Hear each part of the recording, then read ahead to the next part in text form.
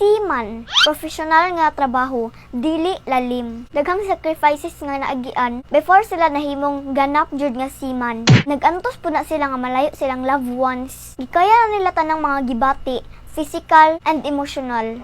Kay lagi, work is life. Some people man good, if makadungog og word nga seaman, ang naa na dayon sa hunahuna is kwartahan, hambugiro, babairo. Please guys, it's 2023 na. Change mindset na ta. Siguro mas hayahay pa ang kinabuhing tambay kaysa sa ilaha.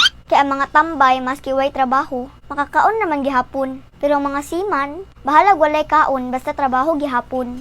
Mga negs, you should always try to put yourself in their shoes. Imagine kung unsa ka mingaw, kakapoy and kakulba, especially kung naay bagyo or dagko nga bawd, and if naay something bad nga nahitabo sa ilang loved ones sa layo, halos perme na lang na sila worried, di katarong og tulog, and kung naay special holidays or occasions, wala sila. Putog ra tan-aw sa social media.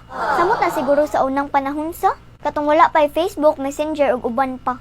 Especially if tungod ra sa kanta ni Ay no.